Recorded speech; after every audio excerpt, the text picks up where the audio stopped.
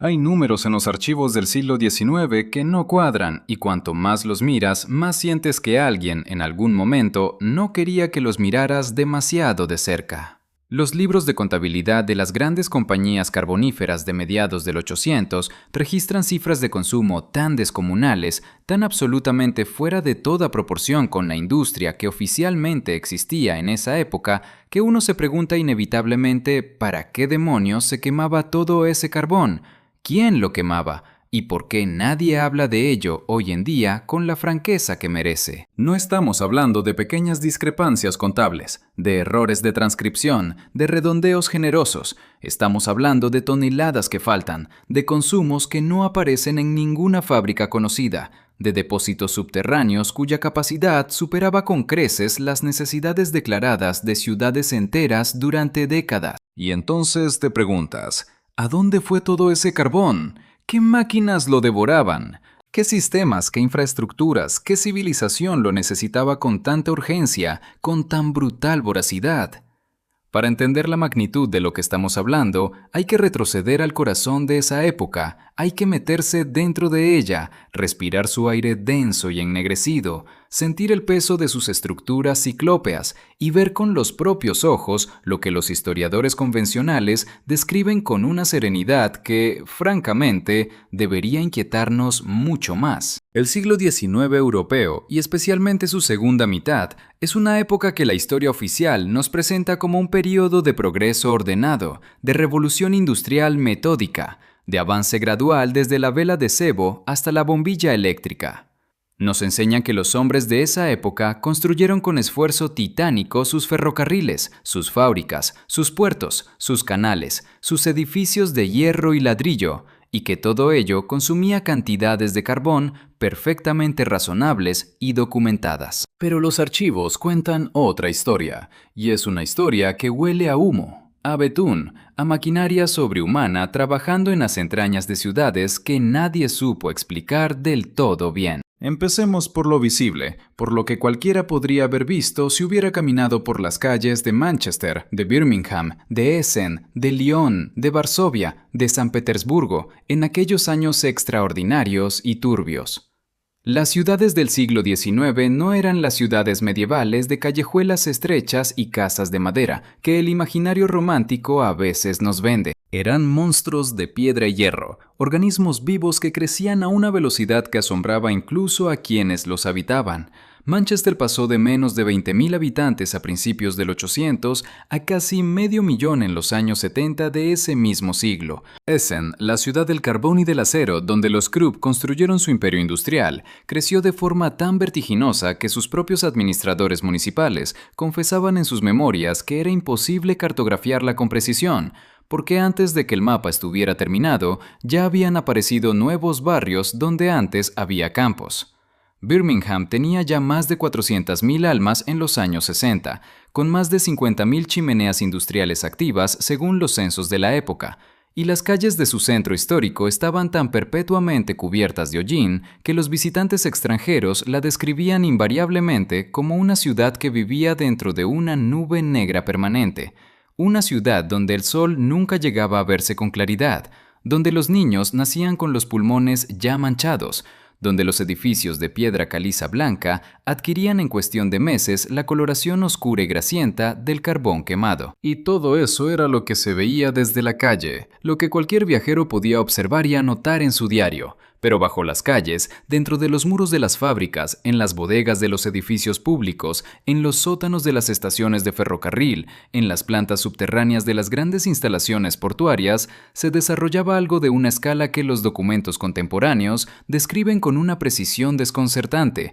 pero que los libros de historia posteriores decidieron, por alguna razón, no subrayar demasiado. Los depósitos de carbón. Ahí está la clave. Los depósitos de carbón del siglo XIX no eran simples almacenes, eran estructuras de una magnitud que hoy nos costaría levantar con toda la maquinaria moderna disponible. En el puerto de Cardiff, que se convirtió en uno de los principales centros de exportación carbonífera del mundo en los años 60 y 70, Los ingenieros victorianos construyeron sistemas de almacenamiento bajo tierra cuya capacidad total, según los planos originales conservados en el Archivo Nacional de Gales, superaba los 2 millones de toneladas. 2 millones de toneladas de carbón almacenadas en una sola instalación portuaria. Para que se entienda la escala de esa cifra, la ciudad entera de Cardiff, con todos sus edificios, todas sus fábricas, todos sus hogares calentándose durante un invierno entero, consumía en aquella época alrededor de 120.000 toneladas anuales. Lo que estaba almacenado en esos depósitos equivalía a más de 16 años de consumo total de la ciudad. ¿Por qué? ¿Para qué necesitaba Cardiff tener almacenado 16 años de su propio consumo energético? La respuesta oficial es la exportación. Cardiff exportaba carbón galés a toda Europa y a buena parte del mundo. Eso es cierto, pero incluso teniendo en cuenta los volúmenes de exportación documentados, los números no cuadran del todo. Los registros de salida del puerto muestran que en los años de mayor actividad exportadora, entre 1865 y 1885, Cardiff exportaba alrededor de 8 millones de toneladas anuales. Eso es mucho carbón. Eso es muchísimo carbón. Pero los registros de llegada desde las minas galesas, los registros de los trenes carboníferos que bajaban desde los valles de Rhondda y Merthyr Tydfil, muestran que la cantidad de carbón que llegaba a Cardiff era sistemáticamente superior, en un porcentaje que oscila entre el 15 y el 30% según los años, a la cantidad que se exportaba o se consumía localmente. Ese carbón sobrante no aparece en ningún registro de destino final conocido. Desapareció. Se evaporó de los libros de contabilidad con una elegancia que, o bien, habla de una corrupción contable sistémica de proporciones épicas, o bien sugiere que había consumidores de carbón en aquel sistema que nadie tenía interés en documentar públicamente. Y Cardiff no era un caso aislado. En el Ruhr alemán, la cuenca carbonífera más importante del continente europeo, los registros de producción de las minas en la segunda mitad del siglo XIX muestran cifras que los historiadores económicos han señalado repetidamente como sorprendentemente elevadas para el nivel industrial conocido de la época. La producción documentada de la cuenca del Ruhr alcanzó los 30 millones de toneladas anuales en los años 80 del 800. 30 millones de toneladas al año. Los historiadores nos explican que esa producción alimentaba las acerías de Krupp, los altos hornos de Thyssen, los ferrocarriles prusianos, la calefacción doméstica de Renania y Westfalia, la exportación hacia el este de Europa. Y sí, todo eso consumía carbón. Pero cuando sumas todo lo que la historia oficial nos dice que consumía, cuando haces los números con las cifras de producción de acero documentadas, con los kilómetros de ferrocarril en servicio, con los censos de población y los estándares de consumo doméstico de la época, llegas a una cifra de consumo justificado que está entre un 20 y un 40% por debajo de la producción registrada, año tras año, durante décadas. Eso no es un error estadístico. Eso es un patrón. Y los patrones, como sabe cualquier investigador, no son accidentales. Para entender dónde podría haber ido todo ese carbón sobrante, hay que entender cómo funcionaban los grandes sistemas energéticos del siglo XIX.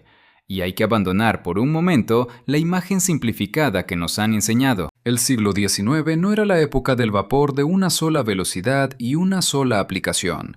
Era una época de experimentación energética brutal, de sistemas paralelos, de tecnologías que competían entre sí y que la historia posterior decidió clasificar en ganadoras y perdedoras con una claridad que no siempre refleja la complejidad del momento. Pensemos en los sistemas de calefacción urbana. Ya en los años 50 y 60 del 800, varias ciudades europeas habían construido redes de distribución de vapor a alta presión que calentaban edificios enteros desde plantas centrales. No era, como podríamos pensar, una innovación del siglo XX. Era una tecnología plenamente funcional y operativa en el siglo XIX y consumía carbón en cantidades colosales que, sorprendentemente, no siempre aparecen desglosadas en los registros industriales de la época. porque las plantas de generación de vapor urbano eran frecuentemente gestionadas por organismos municipales con contabilidades separadas y a menudo opacas. La ciudad de Nueva York construyó su primera red de distribución de vapor en 1882 y para finales de esa misma década ya calentaba con vapor centralizado más de 1.200 edificios en Manhattan. El consumo de carbón de esa sola red en sus primeros años de operación superaba el consumo doméstico de carbón de ciudades europeas de tamaño medio. Y eso era Nueva York en los años 80. ¿Qué estaba pasando en las décadas anteriores en las ciudades europeas, que tenían una mayor densidad urbana, inviernos más duros en muchos casos y un acceso más directo a las cuencas carboníferas? Pero los sistemas de calefacción urbana son solo una parte del rompecabezas.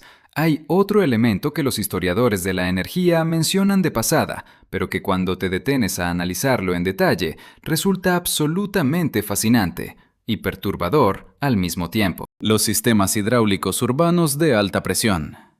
En las últimas décadas del siglo XIX, varias ciudades europeas construyeron redes de distribución de agua a presión hidráulica tan elevada que permitían mover maquinaria industrial, ascensores, grúas portuarias y todo tipo de mecanismos pesados sin necesidad de vapor local. Londres tenía su red de alta presión hidráulica en funcionamiento desde 1882 y para el año 1895 alimentaba a más de 8.000 motores hidráulicos distribuidos por toda la ciudad.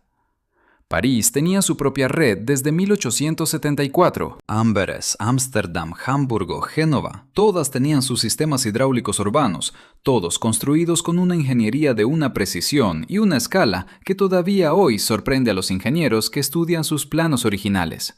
Y todos esos sistemas requerían plantas de bombeo central que trabajaban las 24 horas del día, los 7 días de la semana, consumiendo carbón de manera continua e incesante. El consumo energético de la sola red hidráulica de Londres en sus años de mayor actividad, alrededor de 1895, equivalía, según los registros de la compañía London Hydraulic Power, al consumo anual de varias ciudades de tamaño medio.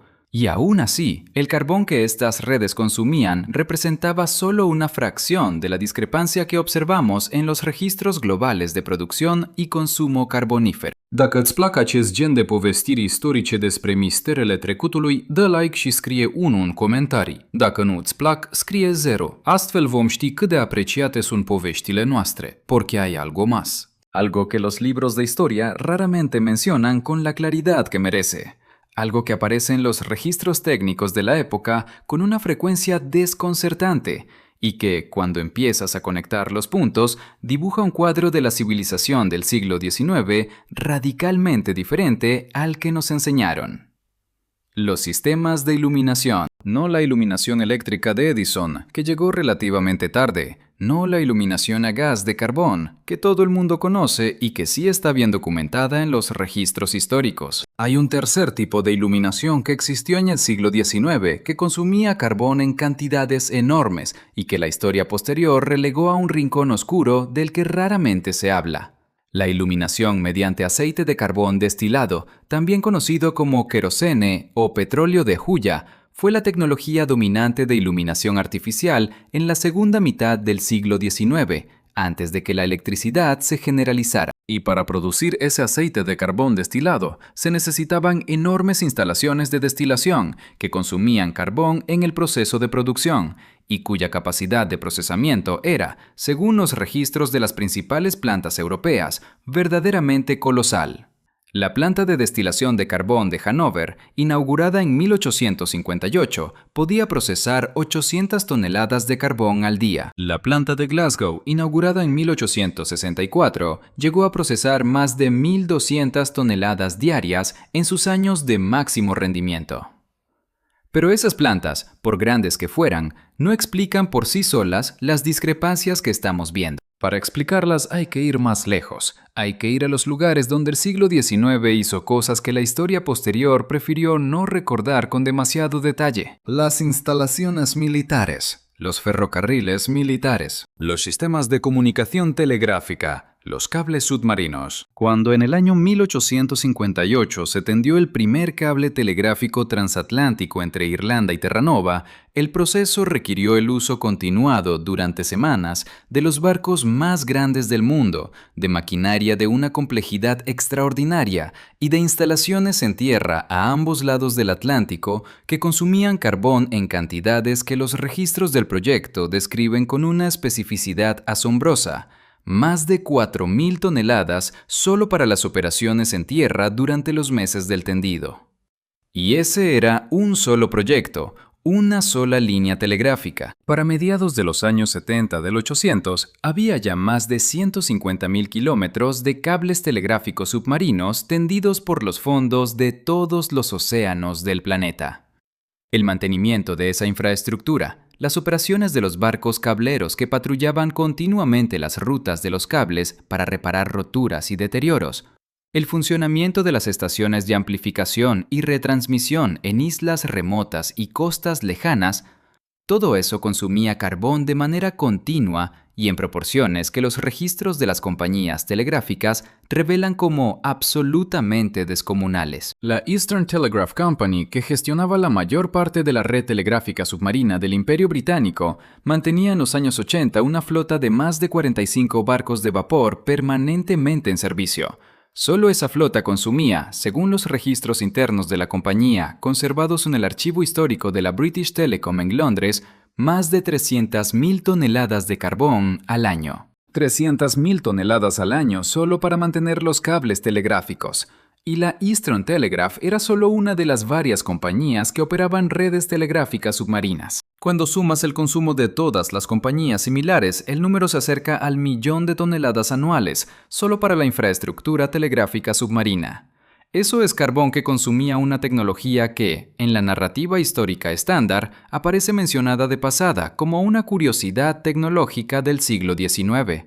No como uno de los mayores consumidores energéticos de su tiempo, pero incluso sumando la telegrafía submarina, la hidráulica urbana, la calefacción centralizada, la destilación de aceite de carbón y todos los otros sistemas que hemos mencionado, todavía hay un remanente de carbón producido que no aparece asignado a ningún consumidor identificado en los registros históricos.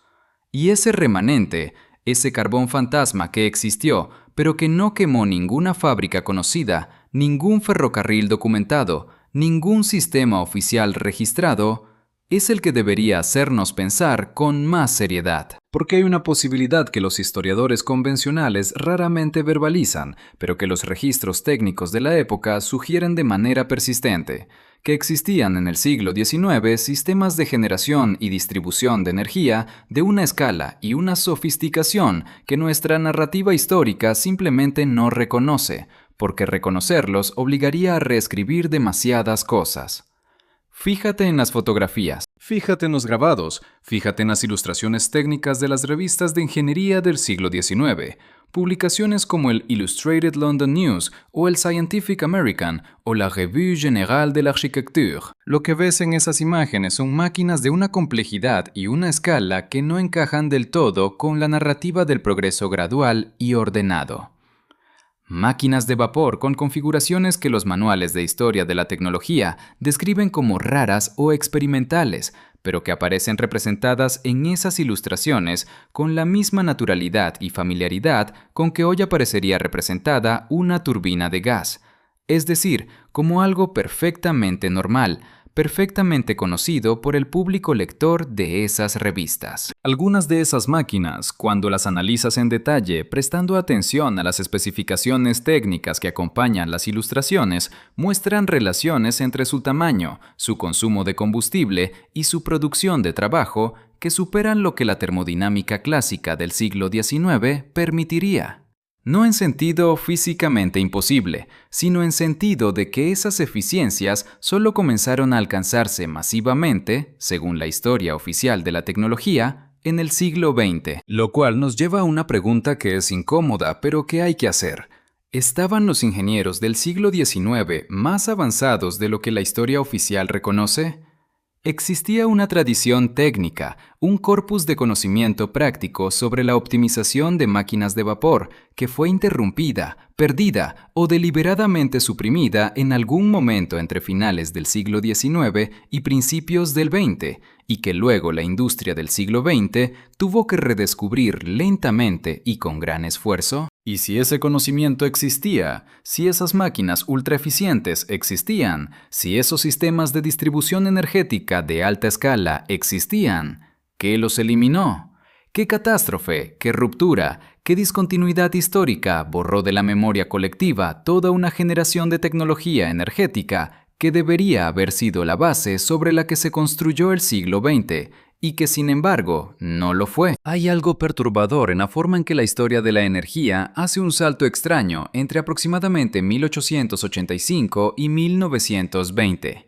En esas 3 décadas y media, supuestamente la civilización industrial pasó de las máquinas de vapor del siglo XIX a los motores eléctricos, los motores de combustión interna y las turbinas de vapor del siglo XX. Y ese paso, según la narrativa oficial, fue un proceso relativamente lineal de invención, experimentación, adopción y expansión. Edison, Tesla, Westinghouse, Diesel, Otto, nombres que conocemos, inventores que la historia ha preservado con reverencia. Pero hay algo extraño en ese periodo de transición.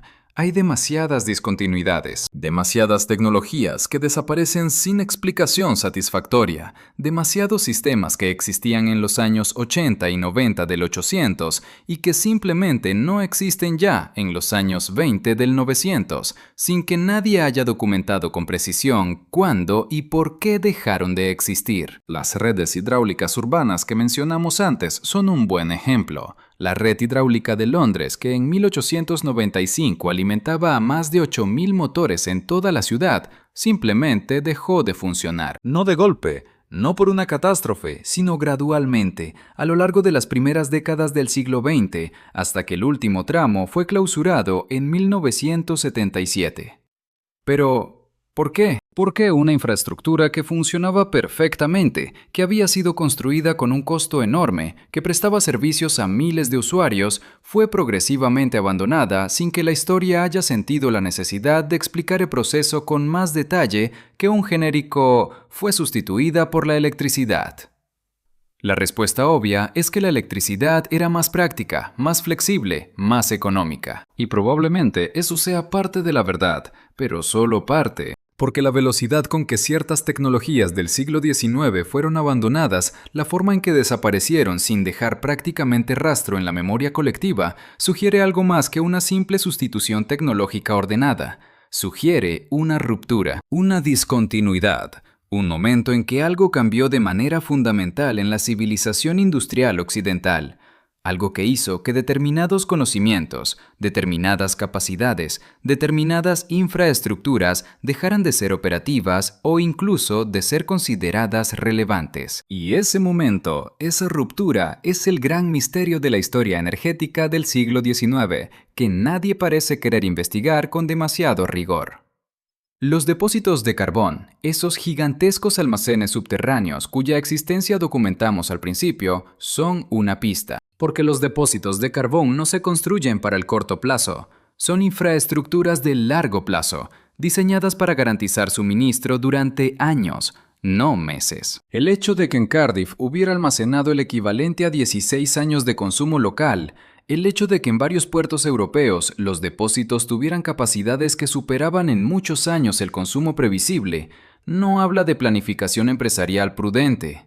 Habla de expectativa de demanda futura, de anticipación de un consumo que iba a crecer de manera dramática, de una industria que esperaba que algo, en un futuro no lejano, fuera a necesitar carbón en cantidades incluso mayores que las ya descomunales que se consumían en los años 80 y 90 del 800. ¿Qué era ese algo? ¿Qué sistema, qué tecnología, qué civilización esperaban alimentar con todo ese carbón acumulado? Hay una teoría, y hay que decirlo claramente, que es considerada marginal por la historia académica convencional, pero que tiene la molesta costumbre de ser difícil de refutar con los datos que tenemos disponibles.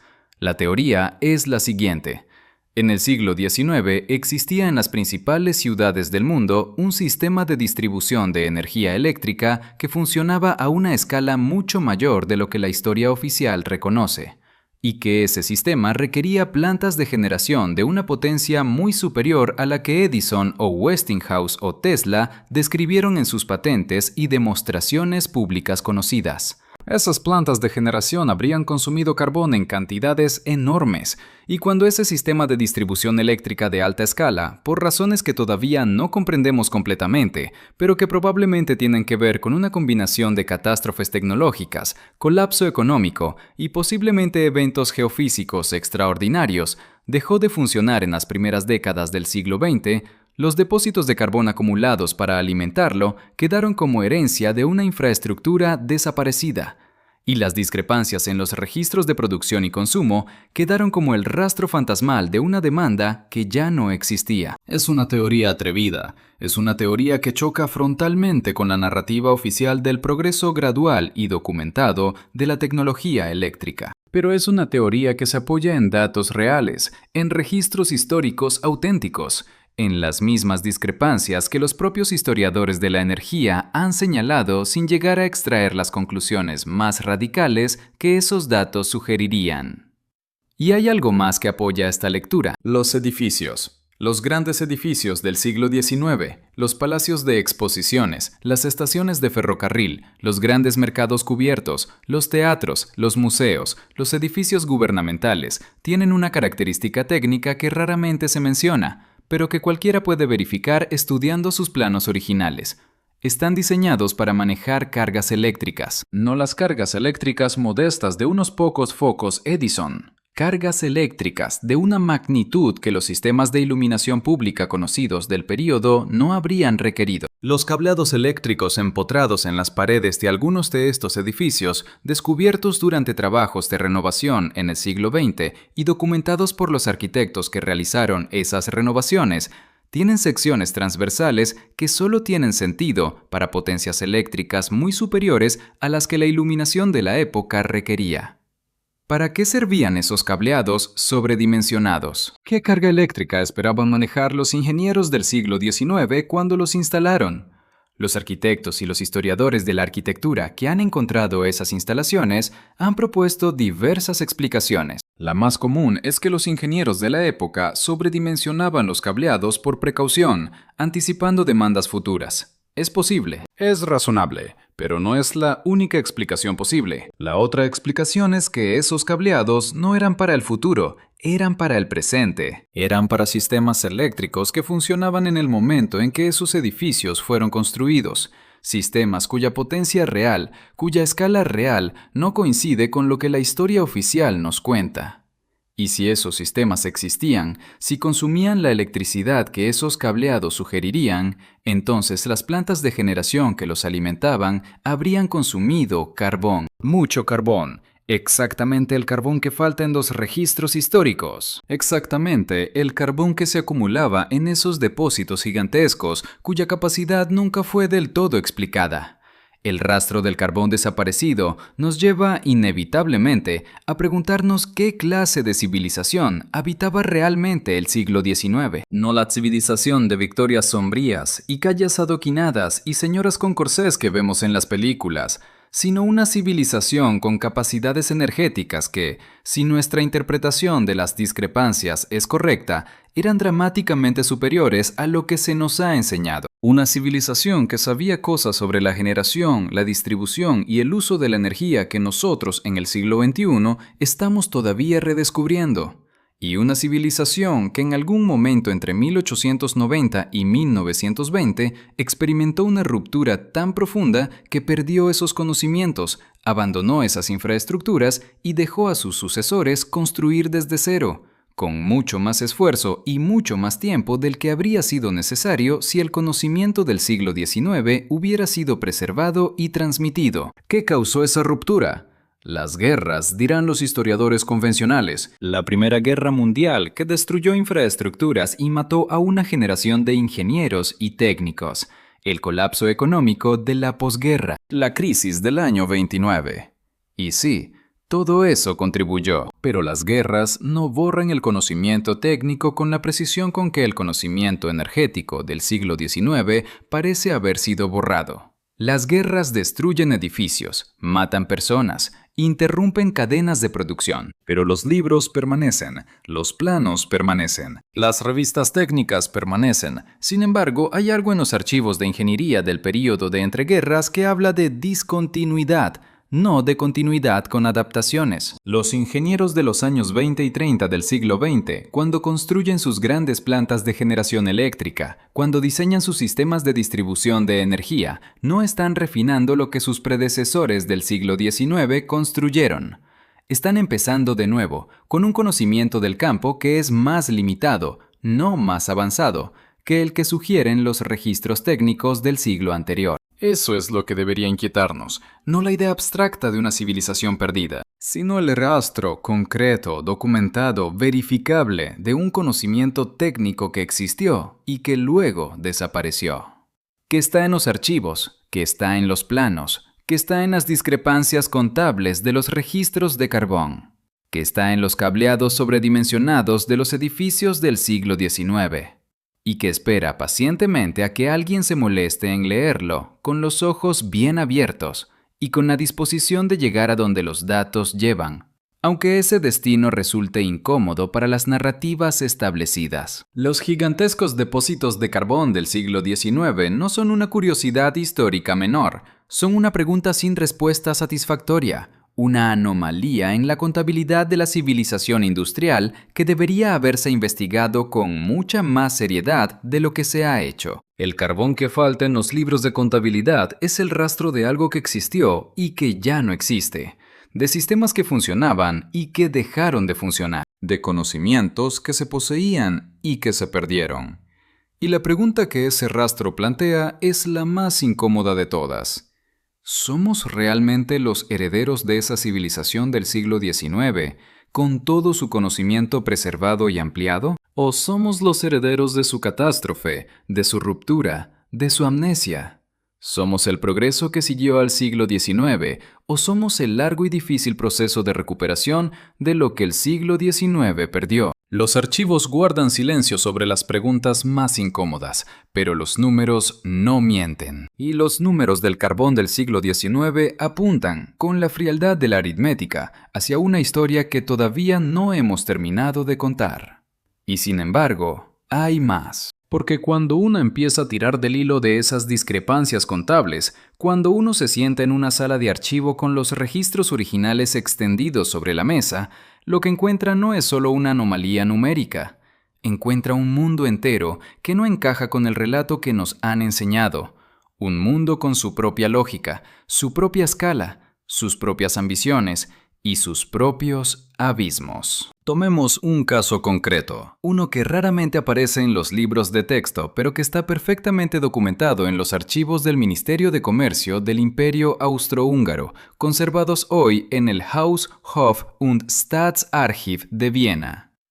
En los años comprendidos entre 1870 y 1890, la región de Silesia, que entonces pertenecía al Imperio Habsburgo, producía carbón en cantidades que los registros oficiales cifran en alrededor de 12 millones de toneladas anuales en los años de mayor productividad. De esas 12 millones de toneladas, los registros de exportación hacia Bohemia, Moravia, Galicia y las otras regiones del imperio dan cuenta de aproximadamente 7 millones. Los ferrocarriles imperiales, cuya red en esa época ya superaba los 20.000 kilómetros de vías activas, consumían, según los registros de la Compañía de Ferrocarriles del Sur de Austria, algo menos de 2 millones de toneladas anuales. El consumo doméstico e industrial de la propia Silesia, incluyendo las acerías de Teschen y las fábricas textiles de la región, añade otro 1,5 millones. Eso nos da un total de consumo y exportación documentados de alrededor de 10,5 millones de toneladas. Y los registros de producción dicen 12, 1,5 millones de toneladas que desaparecen de los libros cada año, en Silesia, solo en Silesia. Durante 20 años, eso es 30 millones de toneladas de carbón silesiano que la contabilidad oficial del Imperio Austrohúngaro no puede explicar. 30 millones de toneladas. Nadie ha investigado ese agujero. Nadie ha buscado con la seriedad y la persistencia que el caso merece qué quemó ese carbón. Los historiadores económicos que se han aproximado al tema lo han resuelto con vagas referencias a ineficiencias en la cadena de suministro y pérdidas en el transporte. Pero 30 millones de toneladas no se pierden en el transporte. Las pérdidas en el transporte del siglo XIX, por deficiente que fuera la logística de la época, no alcanzaban el 13% sistemático durante 2 décadas. Ese carbón fue a algún sitio, lo quemó alguien, lo quemó algo. Y ese algo no está en los registros. Hay una pista interesante en las memorias de Theodor von Grünstein, un inspector de minas austrohúngaro que trabajó en Silesia en los años 80 del 800 y cuyas memorias personales, publicadas en edición privada en Viena en 1912, se conservan en la Biblioteca Nacional de Austria con escasa frecuentación académica. Von Grünstein describe, con la minuciosidad propia de un hombre de su formación técnica, la existencia de lo que él llama instalaciones de consumo prioritario, depósitos y plantas conectados directamente a las minas mediante ferrocarriles privados no registrados en los sistemas de control comercial habituales, que recibían carbón antes de que éste pasara por los puntos de conteo oficial. Esas instalaciones, según von Grünstein, estaban bajo control de lo que él describe eufemísticamente como autoridades superiores, y su funcionamiento era completamente opaco, incluso para un inspector imperial de su rango. Él nunca pudo acceder a ellas. Nunca supo exactamente qué producían o consumían,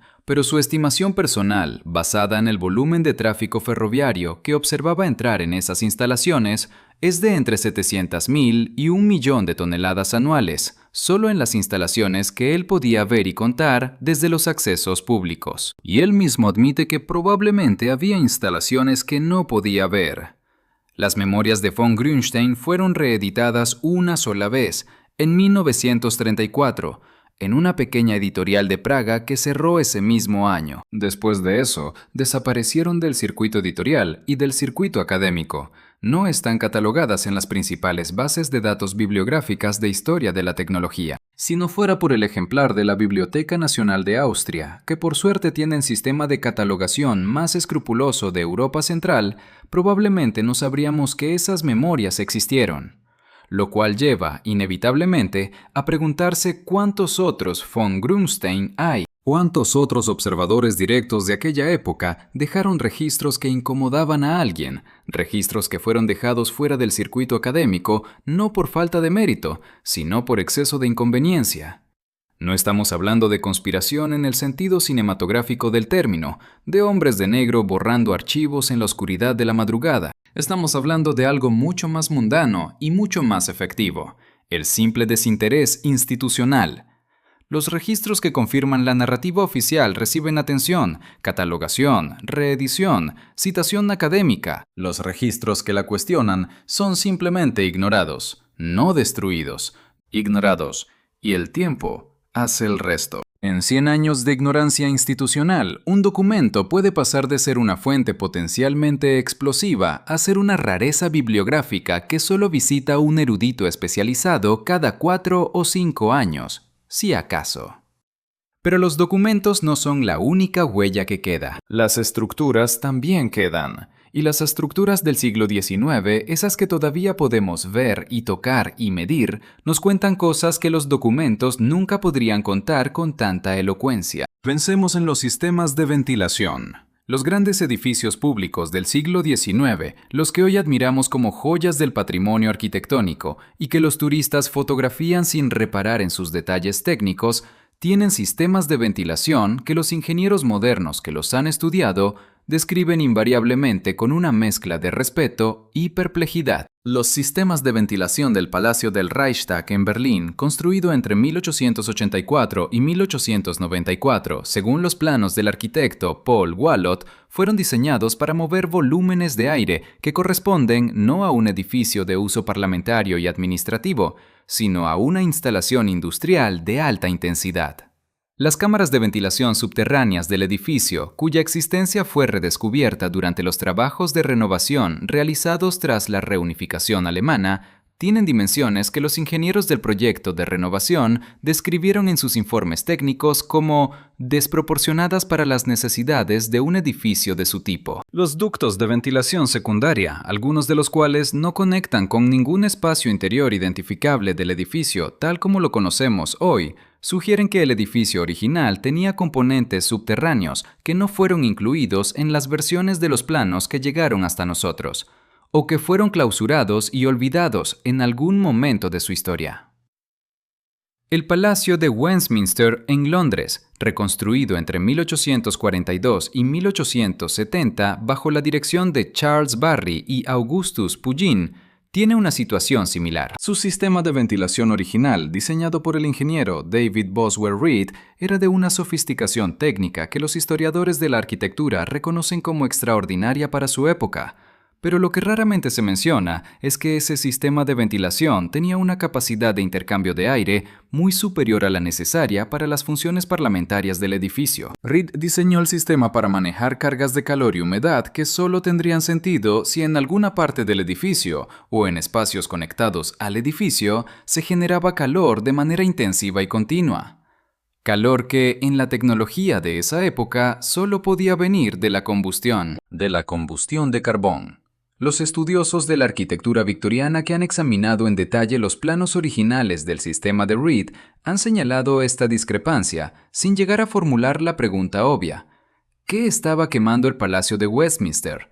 ¿O qué instalación conectada al Palacio de Westminster estaba quemando que requería un sistema de extracción y renovación de aire de esa capacidad? La respuesta no está en los planos, o más exactamente, los planos que tenemos no contienen la respuesta. Pero eso no significa que la respuesta no existiera. Significa que los planos que tenemos son incompletos. Y planos incompletos de un edificio de la importancia del Palacio de Westminster, el corazón del poder imperial británico en el siglo XIX, no son una casualidad. Son el resultado de decisiones. De decisiones sobre qué se preserva y qué se descataloga, qué se digitaliza y qué permanece en cajas sin etiquetar en los sótanos de los archivos, qué se incorpora al canon histórico y qué se deja morir en el olvido burocrático.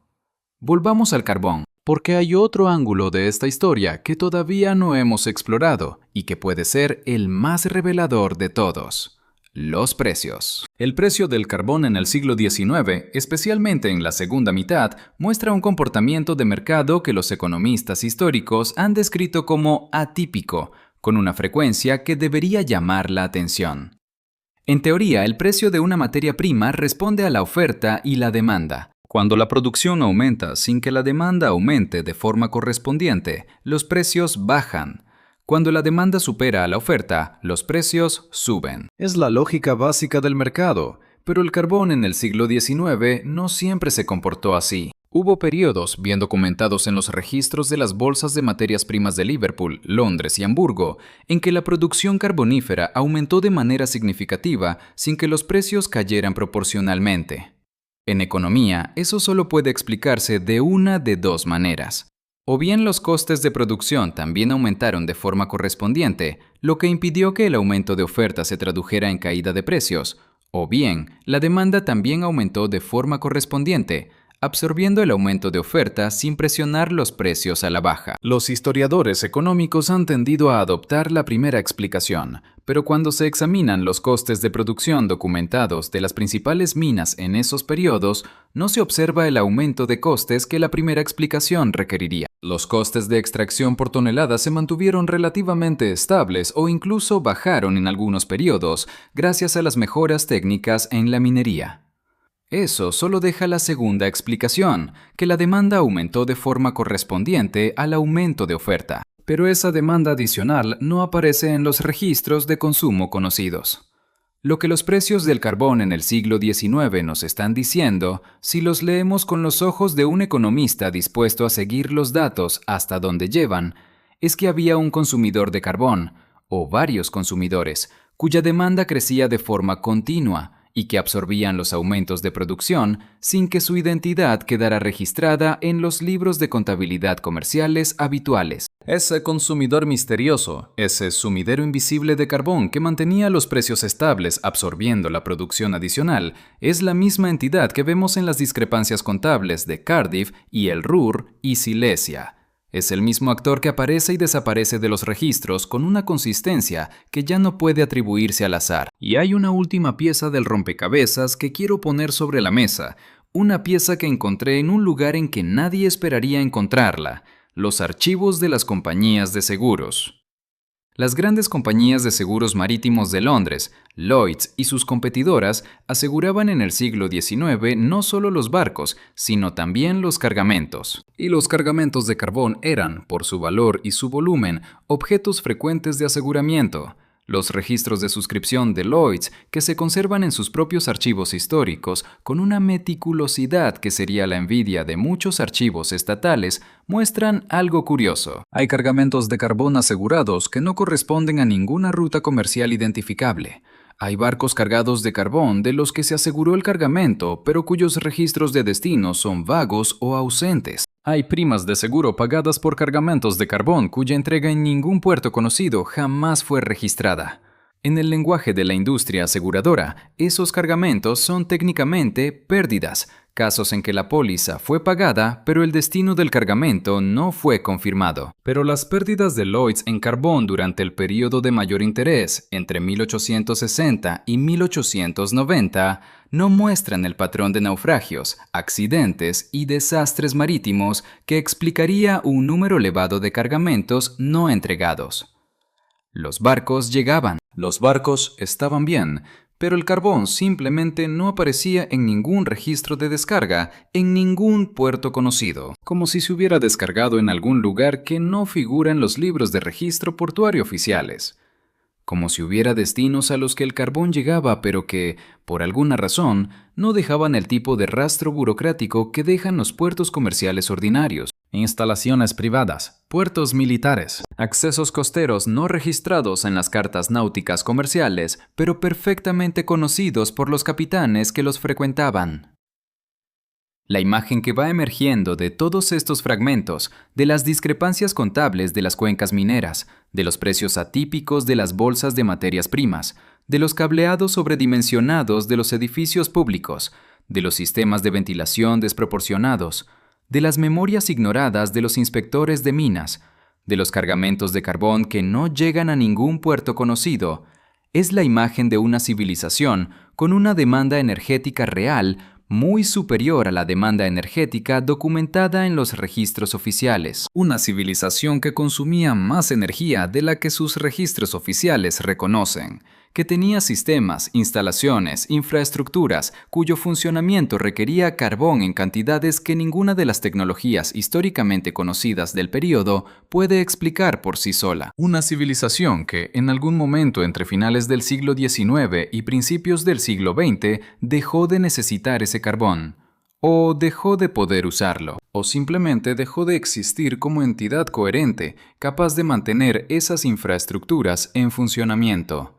Y sus sucesores, los hombres y mujeres del siglo XX que heredaron sus ciudades, sus edificios, sus archivos y sus deudas, no sabían lo que habían heredado, o no quisieron saberlo, o alguien decidió que era mejor que no lo supieran. El rastro del carbón desaparecido del siglo XIX no es una curiosidad menor de la historia económica. Es una pregunta fundamental sobre quiénes somos, de dónde venimos y qué se perdió en el tránsito entre ese siglo extraordinario y el nuestro. Y esa pregunta permanece abierta, incómoda, silenciosa en los archivos que nadie visita, esperando el día en que alguien con la paciencia y la audacia suficientes decida seguir el rastro hasta el final, hasta el lugar donde los números dejan de mentir y la historia verdadera comienza.